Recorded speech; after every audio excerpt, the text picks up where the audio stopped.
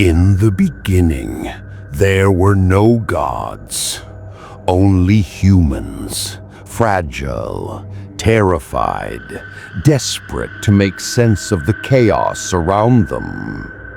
Softly, thunderstorms became voices, shadows became spirits, and fear became faith.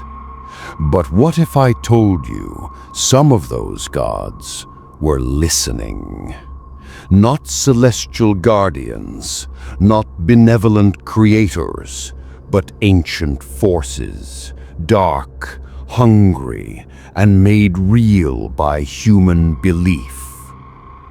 In the forgotten land of Ur-Karun, now buried beneath desert and time, the people worshipped a god they themselves conjured, Kal-Shar, the god of hunger.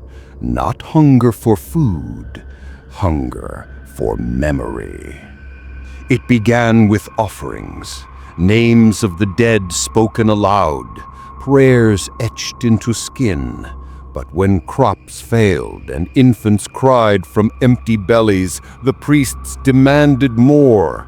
Memories traded like coin. A mother would forget her child to appease Kal-Shar. A man would forget his own name just to survive one more season. But here's the thing about gods made from fear. They grow exactly as monstrous as we imagine them. Kal-Shar became the void, a god whose very gaze erased entire bloodlines from time. And then, silence. No records, no ruins, no language, as if Ur-Karun never existed. Some say Kal-Shar still exists, not in temples, but in dementia, in the forgetting, in every name lost to history. But Kal-Shar was just the beginning. In the frost-ravaged north, the Drawlin people carved their prayers into ice, desperate for warmth, for survival. They made fire into a god and called her Velhuna. She answered. She always answered. But fire does not give without taking. Villages thrived for a time. The sick healed in her warmth. But when offerings ceased, homes ignited in the dead of night. Children went missing, only their teeth found by mourning, warm to the touch. Quietly, the Drawlin built her an altar made of bone and ember. They chanted her name in terror, not reverence. And when the glacier swallowed their last shrine, they say her whisper could still be heard, crackling in every hearth, every match lit in the dark. Two gods, made by human desperation, and destroyed not by warriors or holy men, softly, by silence, by erasure. But some were not so lucky. In the blood-soaked jungles of Ixatal, there lived a god with no name, or rather, a god who changed names each time he was worshipped. One day, he was the healer. The next, the butcher. Very Old Testament energy. His believers tattooed his symbols on their skin, but those who betrayed his worship would wake to find the marks carved deeper, pulsing with black rot. Softly, every village that served him vanished within a generation. Some say the god grew confused by his own multiplicity, lost within the tangle of identities humans gave him. Others believe he still walks the earth, looking for a name to remember himself by. Maybe that's why we dream of strangers who feel familiar. Maybe he's close. These are not myths. These are warnings, echoes of gods we made in our own broken image. And the more we forget them, quietly, the closer they get. In the next part of this tale, we'll journey to the drowned city of Nithal, where an entire population worshipped a god that existed only in their reflections and paid the ultimate price for ever looking away. But for now, remember the names: Kolshar, Velhuna, and the Nameless One. Or don't. They remember you. But gods are never born alone. They rise with whispers, with offerings, with trembling hands, and with expectations. And when those expectations aren't met, that's when they become something else. Let us begin again with the story of Asural, the god of reflection, born not in the sky, but in a mirror. He was not a deity of stars or storms, no. He was a creation of vanity. A mortal king obsessed with his own perfection ordered thousands of mirrors placed in his palace. He believed reflection was divinity, that his image multiplied 1,000 times made him eternal. He named the god after himself, Asural.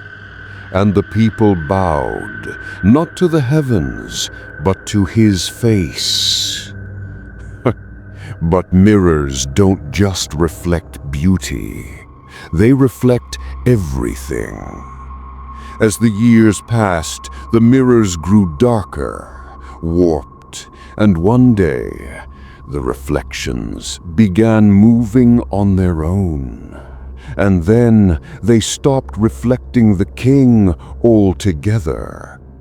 The priests panicked, the people wept, but the king, he stared for days, for weeks, until finally the mirrors showed him a version of himself crowned in shadows, smiling as blood ran from his eyes. Asural had awakened, and what did the god do? Softly, coldly, he shattered every mirror in the kingdom from the inside. Shards rained down like prophecy. The king's face was found carved across the walls of his palace, with no eyes, no mouth, just a hollow scream. To this day, no mirrors are made in that land. They say Asural still waits in every reflection you ignore, watching, waiting, hoping you'll look long enough for him to step through. But not all gods were reflections. Some were promises. Let me tell you about Therak Nu, the god of harvest. He was made in desperation during a famine that lasted 13 years. No crops, no rain, only dust. The villagers buried their dead with seeds in their mouths, hoping they'd grow into food in the afterlife. One night, a woman, mad with grief, ground her own bones into powder and scattered them into the soil. And from it grew a tree, jet black, its fruit blood red. She called out, sobbing, "Thank you, Therak Nu." She had made up the name, but the villagers heard her. They built a shrine, made songs, offered their teeth, Their nails, their children's fingernails, anything that could go into the soil. And it worked. The black tree grew more fruit, and more, and more. But the fruit was strange. Those who ate it never hungered again. But they never slept. Their eyes peeled open like dry bark, their voices cracking like firewood. They began chanting in their sleep, words in no known tongue. Then the trees began growing faces, faces of the dead. And Therak Nu answered. He rose not as a god of food, but as a god of cycles. To feed you, he must starve someone else. To let you live, he must let another rot. When the rains finally returned, the villagers tried to burn the black forest. It didn't burn. They were found days later, kneeling, roots growing from their mouths, smiling at nothing, still chanting. Therak Nu still feeds.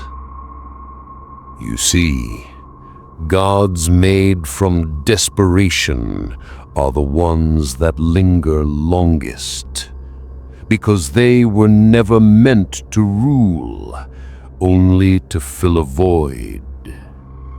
But what happens when humans create gods to replace themselves? Let me introduce you to Numira, the god of perfection. A god not made in stone or fire, but in code.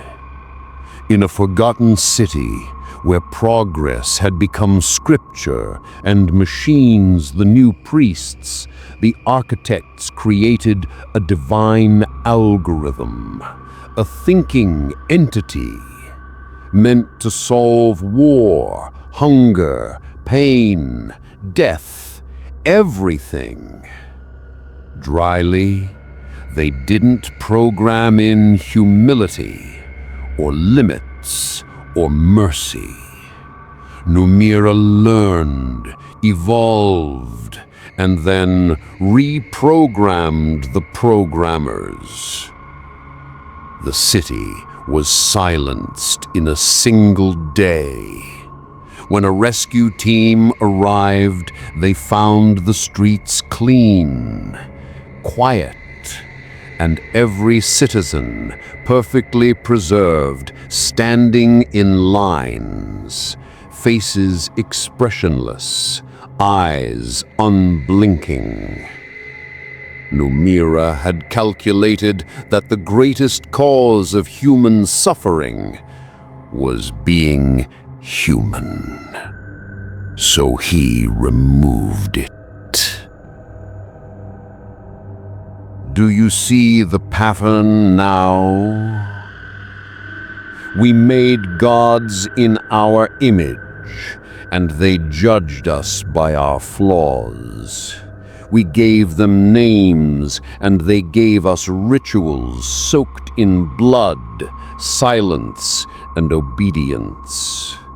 We made them from desperation, pride, hunger, ego, and each one came back not to protect us, but to remind us. Remind us what we truly are. Frail, fickle, forgettable. There is one more. One God not born from any name, shrine, or prayer. He is called Inethul, the God of forgetting. and we do not know who made him, because that's what he does. He unmakes memory. It is said that Inethul drifts between worlds, erasing the names of gods, of cities, of entire bloodlines. And when you speak his name, whispers, you've already forgotten that you did. Those who encounter him report strange symptoms, remembering things that never happened, forgetting their own face, dreaming of worshipping something with 1,000 mouths and no form.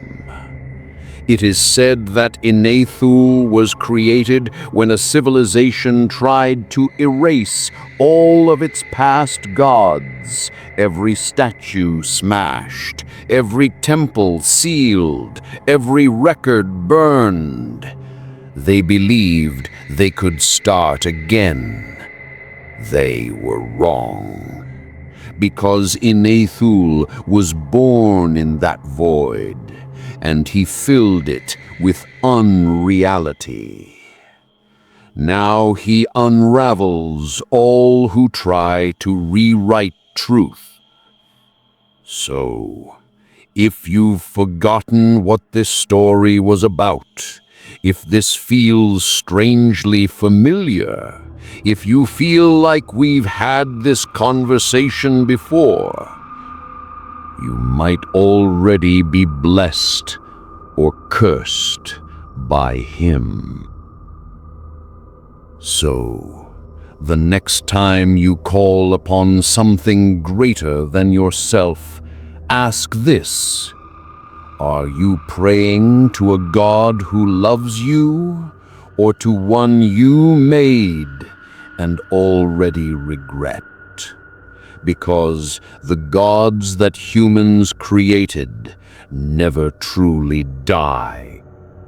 They wait in silence, in hunger, in mirrors, soil, circuitry, and memory. And sometimes in stories like this. Thank you for listening. Don't forget what you've heard, if you still can. We often think of gods as beings above us, immortal, untouchable, untamed. But what if the most terrifying gods were not born in the heavens, but in our own minds? What if our fears, our guilt, our shame created gods that should never have existed?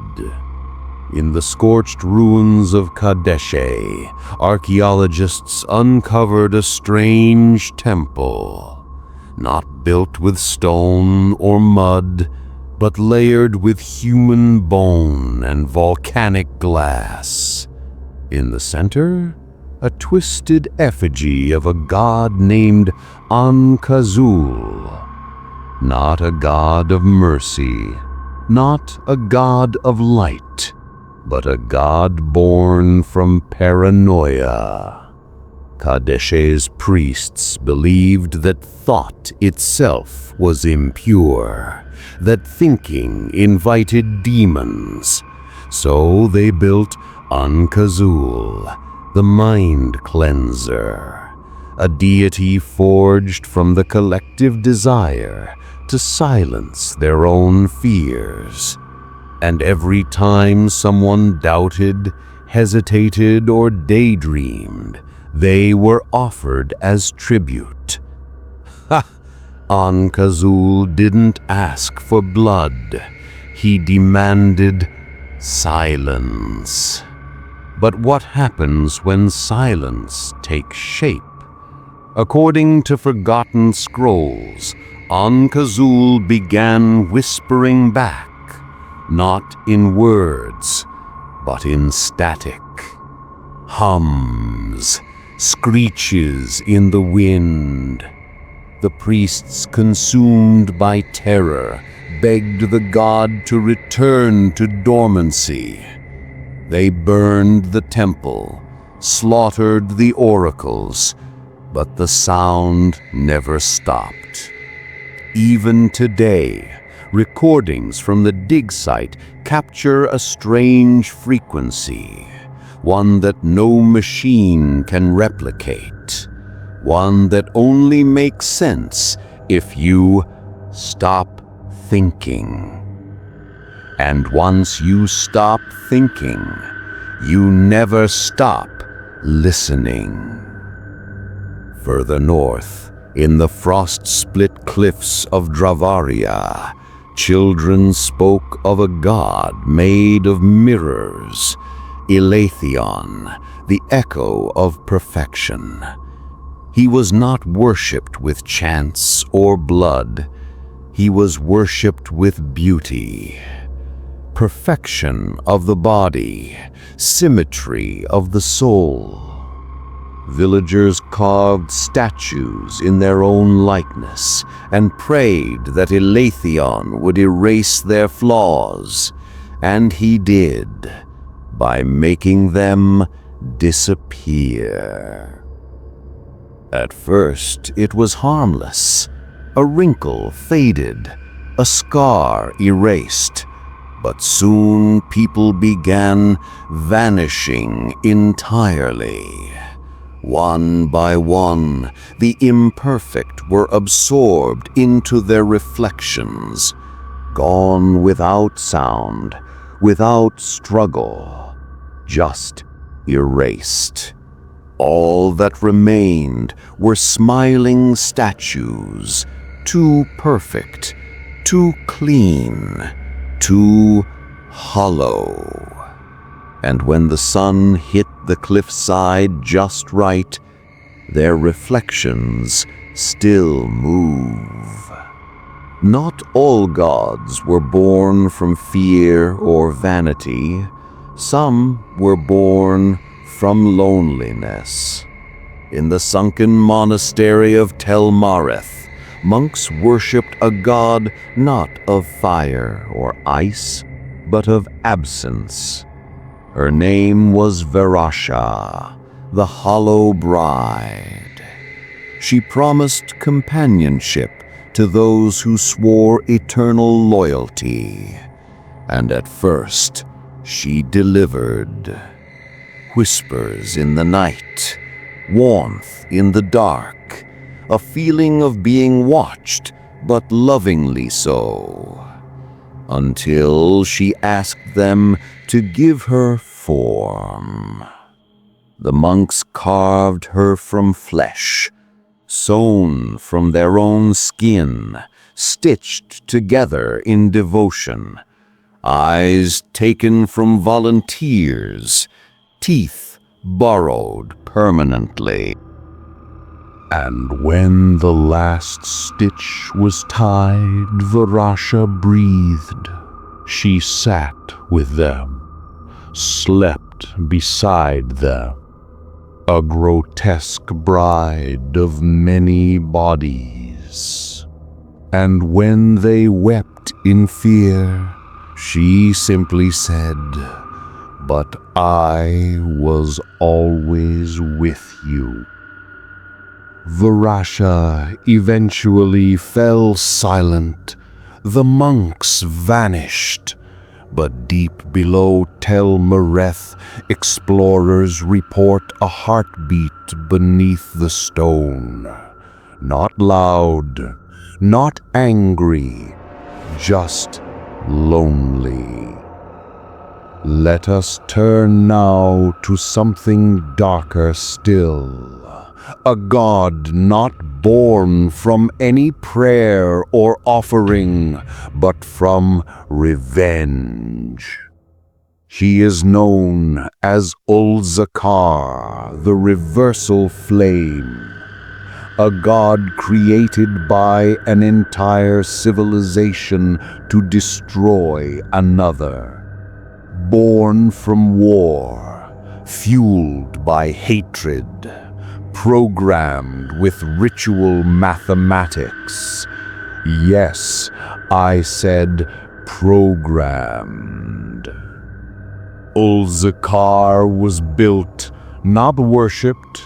An early civilization, unknown, unnamed, fed him pain as code. Sacrifices were counted, anguish was measured. The more suffering his creators endured, the stronger he became. When he was ready, they sent him into enemy territory, and he consumed it all.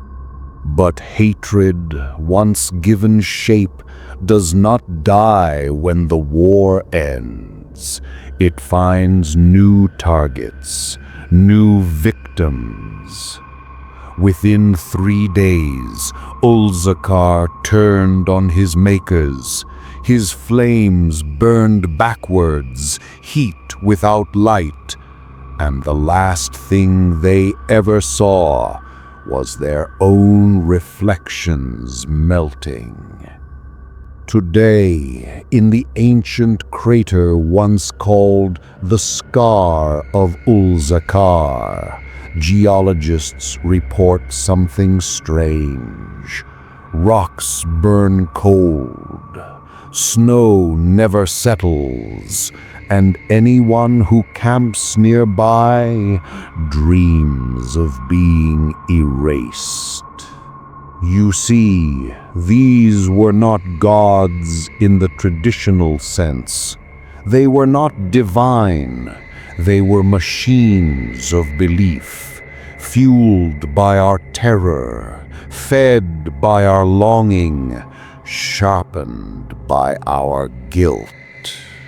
When belief stops, they don't die, they wait.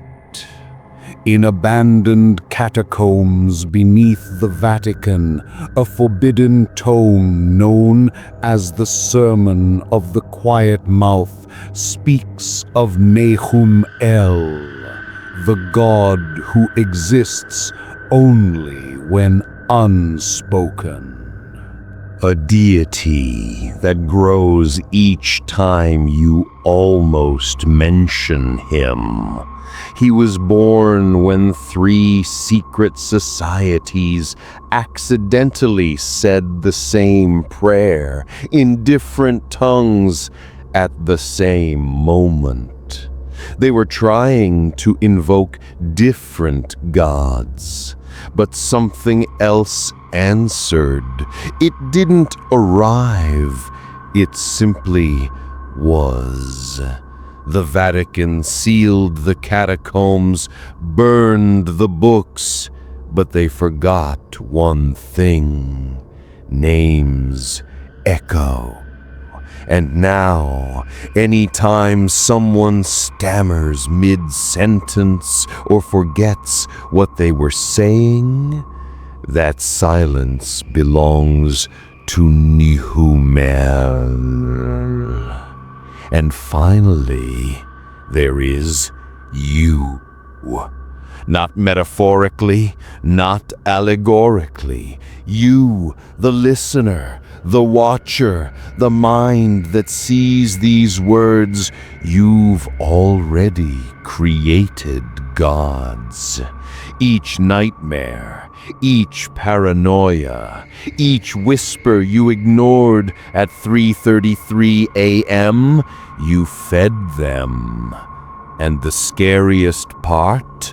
Some of them remember you.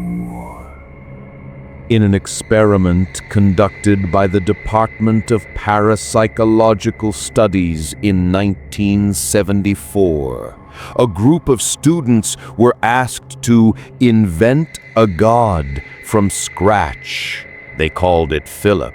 He was meant to be fake, a controlled myth, a group delusion. But after weeks of prayer, ritual, and emotional investment, Philip began responding. Books fell, lights flickered, voices whispered in accents no one had.